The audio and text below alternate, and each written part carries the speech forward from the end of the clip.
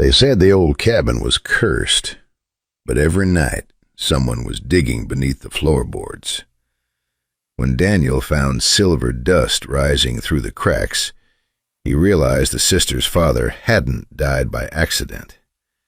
And the deeper he searched in those haunted mountains, the darker the truth became. What happened next changed everything forever. Watch the full story and follow our page for more powerful Western tales. Before we start the story, tell me in the comments where are you listening from and what time is right now. The Arizona mountains were quiet that evening. The wind moved slowly through the tall pine trees, carrying the cold smell of dust and cedar across the empty land. Far away, the sun was sinking behind the rocky cliffs, painting the sky with deep shades of red and orange. Daniel sat alone on the porch of his small cabin, leaning back in his chair. He was a man of few words, but his sharp eyes noticed everything. At 40 years old, life had carved hard lines into his face. Years of surviving in the wild mountains had made him strong, patient, and dangerous when needed. He listened to the peaceful silence around him. Then suddenly, the sound of a horse shattered the calm. Fast, desperate, wild. Daniel slowly stood up as the horse raced toward his cabin. Dust exploded behind it. The animal looked exhausted, foam covering its mouth. Before the horse even stopped completely, a young woman jumped down from the saddle. "Mara?" Daniel frowned. Mara stumbled forward, breathing hard.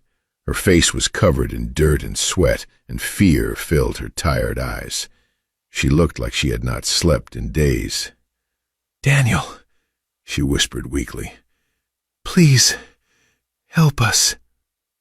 Daniel stepped closer immediately. "What happened?" Mara swallowed hard, trying to control her shaking voice. "It's Rose. The fever is getting worse, but the sickness isn't the only thing killing her."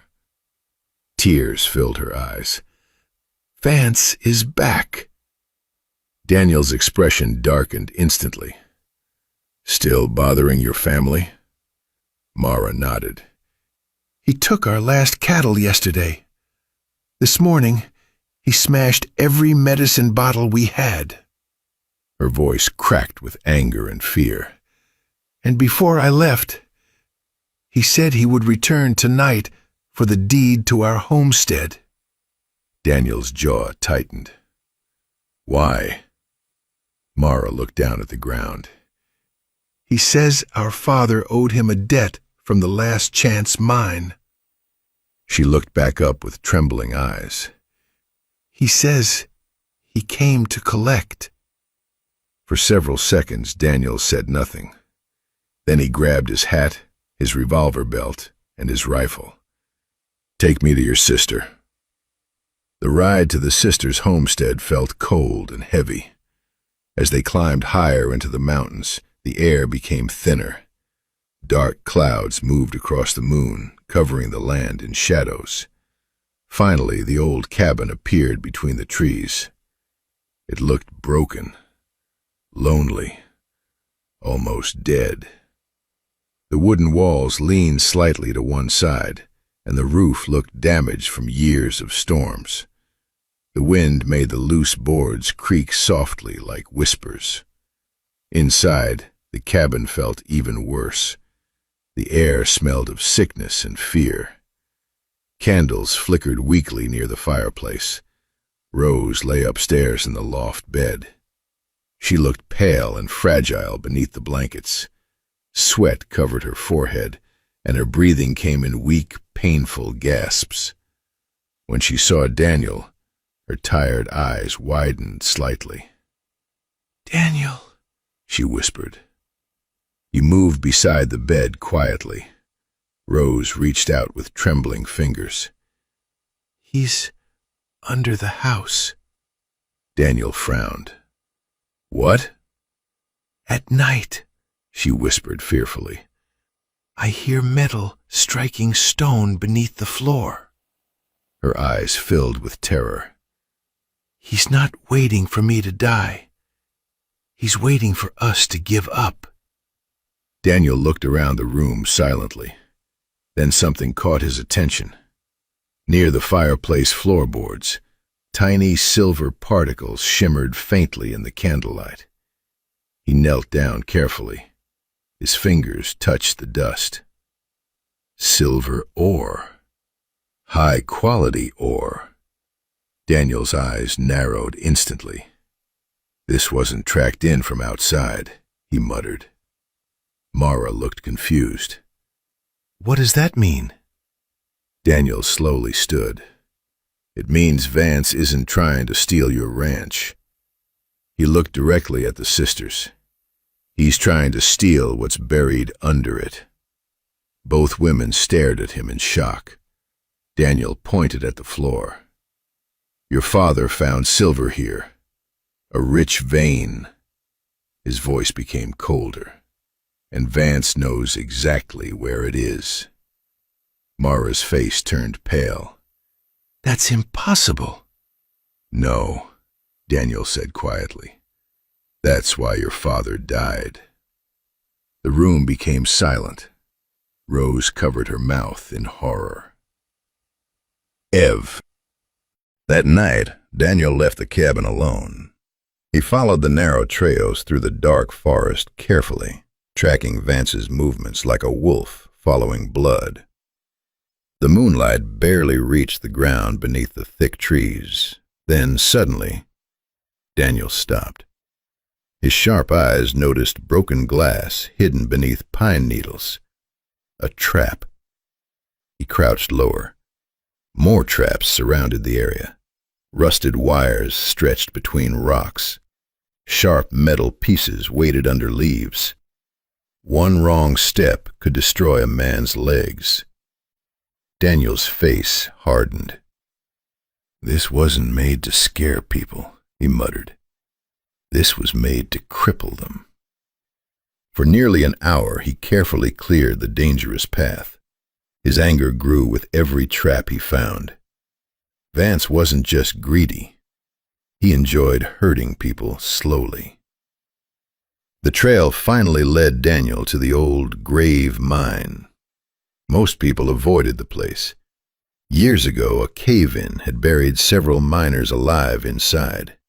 Since then, locals believed ghosts haunted the tunnels. Daniel didn't believe in ghosts, but he did believe in evil men. Near the entrance, a dim lantern glowed. Vance stood there, swinging a pickaxe wildly at a rock wall. Sweat poured down his scarred face as he dug like a madman. Digging your own grave, Vance? The cold voice echoed through the canyon. Vance spun around instantly. His hand moved toward the revolver on his hip. Daniel stepped into the lantern light slowly. Tall, calm, dangerous. Vance sneered. Daniel, always sticking your nose into other people's business. Daniel's eyes stayed locked on him. This land never belonged to you. Vance laughed bitterly. Silas and I found the silver together. Then why is he dead? The smile disappeared from Vance's face. Daniel slowly held up an old, rusted canteen. A bullet hole pierced straight through the middle. I found this buried near the cliffs, Daniel said coldly.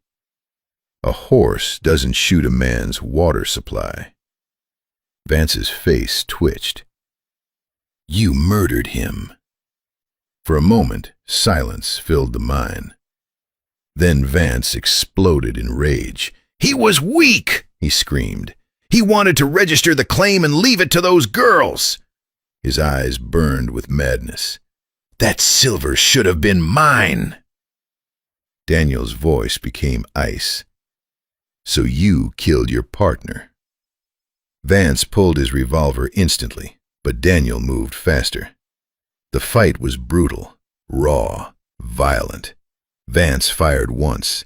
The gunshot exploded through the canyon walls. Daniel dove behind a rock. Dust filled the air. Vance charged forward with the pickaxe, roaring like an animal. The heavy blade swung toward Daniel's head. Whoosh! Daniel barely dodged it. The pickaxe slammed into stone, sending sparks flying. Daniel punched Vance hard in the ribs. Crack! Vance screamed in pain, but swung again wildly. Daniel grabbed his wrist, twisted violently, and slammed the outlaw against the rocks. The revolver fell into the dirt. Vance tried reaching for a knife, but Daniel smashed the butt of his pistol into Vance's side. Another sickening crack echoed. Vance collapsed to the ground, coughing violently as silver dust filled the air around him. Daniel pinned him down hard. "It's over." Vance struggled weakly. "You can't prove anything." "Yes," Daniel said coldly. "I can." He tied Vance's wrists tightly. "You're going to confess everything." The following weeks changed the sisters' lives forever. Vance was taken to jail after confessing to Silas's murder. For the first time in years, Mara and Rose slept peacefully. Daniel stayed at the homestead during that time, not as a guest, but as family. He repaired the damaged roof, fixed broken fences, cleared every trap Vance had hidden near the property. He even rode down to the valley and paid for a doctor himself to help Rose recover. Slowly, color returned to Rose's face. Her laughter returned too. One evening, after the fever finally disappeared, Daniel stood near the fireplace holding a crowbar. "You ready?" he asked softly. Mara and Rose nodded nervously. Daniel pulled up the old floorboards carefully. Beneath them sat a small cedar box hidden in the dirt. Mara gasped. With shaking hands, she opened it. Inside was a detailed map of the silver vein, but that wasn't what made the sisters cry. Under the map rested several old letters written by their father. Mara's hands trembled as she opened the first one. Her father's words filled the room, words of love, advice, hope. He wrote about how proud he was of them, how much he loved them, how he wanted them to stay strong no matter what happened. Tears rolled down Rose's cheeks. For years, they believed their father abandoned them. Now, they finally knew the truth. He died protecting their future. That night, the sisters cried together beside the fire, not from sadness anymore, but from relief. The fear that haunted the house for years was finally gone. Spring slowly arrived in the mountains. Green plants began growing near the cabin again. The livestock returned. The homestead came back to life. One morning, Daniel saddled his horse quietly. Mara noticed immediately. "You're leaving?" Daniel adjusted his hat. "The work here is done." Mara looked at him sadly. "There's enough silver here for all of us now. You could stay." Daniel looked across the endless Arizona mountains. The wind moved gently through the trees. "The desert still has men like Vance," he said quietly, "and somebody needs to stop them." Rose smiled softly through emotional eyes. "You saved us." Daniel gave a small nod. "No," he replied. "Your father did that long ago." Then he climbed onto his horse. As the sun rose over the mountains, Daniel rode away slowly across the golden cliffs. Behind him, he left a home no longer haunted by fear, and ahead of him, another lonely road waited. Thank you so much for watching this story all the way till the end. If you enjoyed it, please hit the like button and share it with your friends. It really helps us a lot.